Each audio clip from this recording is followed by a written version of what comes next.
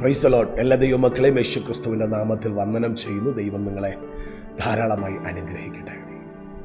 എല്ലാ മനുഷ്യരുടെ ജീവിതത്തിലും തകർച്ചകളും ഉയർച്ചകളും വരാറുണ്ട്. എന്നാൽ ഒരു ദൈവപൈതനെ സംബന്ധിച്ച് അവൻ്റെ ജീവിതത്തിൽ വരുന്ന തകർച്ചകൾ അതവന് തോൽവിയല്ല, ഒരു ഉയർച്ചയുടെ ചവിട്ടുപടിയായി ആ തോൽവികളെയെല്ലാം ദൈവം മാറ്റുന്നു. ഒരു ദൈവപൈതന്റെ ജീവിതത്തിൽ തകർച്ചകൾ വരുന്നതിൻ്റെ കാരണം ഒന്ന് അവൻ്റെ അറിവില്ലായ്മയാണ്. പിന്നെ പിശാചും മനുഷ്യനും അസൂയാലുക്കളായി പ്രവർത്തിക്കുന്നത് കൊണ്ടാണ് അവൻ്റെ ജീവിതത്തിൽ തകർച്ചകൾ കടന്നു വരുന്നത്. എന്നാൽ നീ എത്ര തകർന്നാലും ദൈവം നിന്നെ പണിയും. എനിക്ക് ഒത്തിരി പേരെ അറിയാം, ഒത്തിരി ദൈവമക്കളെ അറിയാം. അവരുടെ ജീവിതത്തിൽ ഒത്തിരി തകർച്ചകൾ വന്നിട്ടുണ്ട്. എന്നാൽ ദൈവം അവരോട് കൂടെ ഇരിക്കുന്നത് കൊണ്ട്, അവർ ദൈവത്തോടു കൂടെ ഇരുന്നത് കൊണ്ട് ഇന്ന് അവരെല്ലാം അനുഗ്രഹിക്കപ്പെട്ടു. നമ്മുടെ ജീവിതത്തിൽ വരുന്ന തകർച്ചകളും വേദനകളുമാണ് നമ്മളെ നമ്മളാക്കി മാറ്റുന്നത്. ഇന്ന് നമ്മൾ ഇത്രയും നല്ല തികഞ്ഞവരായി നിൽക്കാൻ കാരണം കഴിഞ്ഞ കാലങ്ങളിൽ നമ്മുടെ ജീവിതത്തിൽ വന്ന അനേക പ്രശ്നങ്ങളാണ്. പ്രശ്നങ്ങളെ കണ്ട് ഓടിപ്പോകുന്ന ഒരു മനുഷ്യന് ജയിക്കാൻ പറ്റത്തില്ല. എന്നാൽ പ്രശ്നങ്ങളുടെ നടുവിൽ നിലനിന്ന് ക്രിസ്തുവിൽ ആശ്രയിക്കുന്ന ഒരു മനുഷ്യന് നിശ്ചയമായും ജയിക്കാൻ പറ്റും. ഇരമ്യാ പ്രവചന പുസ്തകം 18-ാം അധ്യായം അതിൻ്റെ 4-ാമത്തെ വാക്യത്തിൽ വായിക്കുമ്പോൾ കുശവന്റെ കയ്യിലിരുന്നതായ കളിമണ്ണ് ഉടഞ്ഞുപോയി, അവൻ പണിത പാത്രം ഉടഞ്ഞുപോയി. എന്നാൽ പിന്നെയും കുശവൻ അതിനെ പണിതു. കാരണം ആ കളിമണ്ണ് കുശവന്റെ കയ്യിലിരുന്നത് കൊണ്ടാണ്. ദൈവത്തിൻ്റെ കരങ്ങളിൽ ഇരിക്കുന്ന ഒരു ദൈവപൈതന്റെ ജീവിതത്തിൽ തകർച്ചകൾ വരുന്നത് സഹജമാണ്, ഉടവുകൾ വരുന്നത് സഹജമാണ്.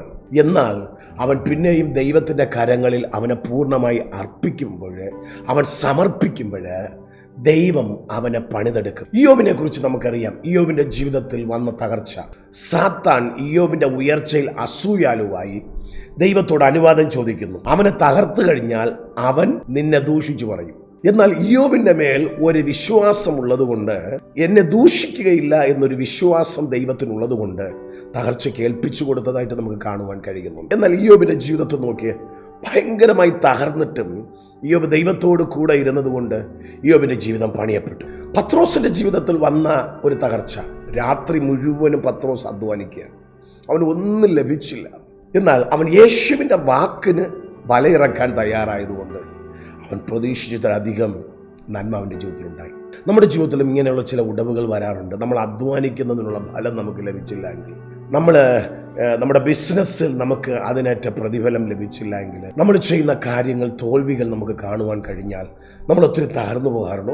ഒന്ന് നോക്കിയ രാത്രി മുഴുവനും കടലിൽ അധ്വാനിക്കുക, ഒരു മീൻ പോലും കിട്ടാത്ത ഒരു മനുഷ്യൻ്റെ അവസ്ഥ നോക്കിയേ, അവൻ എത്ര തകർന്നിട്ടുണ്ടാകാം.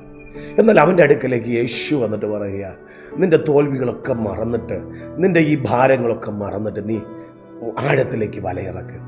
അവനത് അനുസരിച്ചു എന്നുള്ളതാണ്. ഇന്ന് നമ്മുടെ ജീവിതത്തിൽ നമ്മൾ കർത്താവിൻ്റെ വാക്കനുസരിച്ച് കർത്താവിൻ്റെ ഇഷ്ടത്തിന് ചില കാര്യങ്ങൾ ചെയ്യാൻ തയ്യാറായാൽ നിശ്ചയമായും നമ്മൾ പ്രതീക്ഷിക്കുന്നതിലധികം ഒരു നന്മ, ഒരു അനുഗ്രഹം നമ്മുടെ ജീവിതത്തിൽ ലഭിക്കും.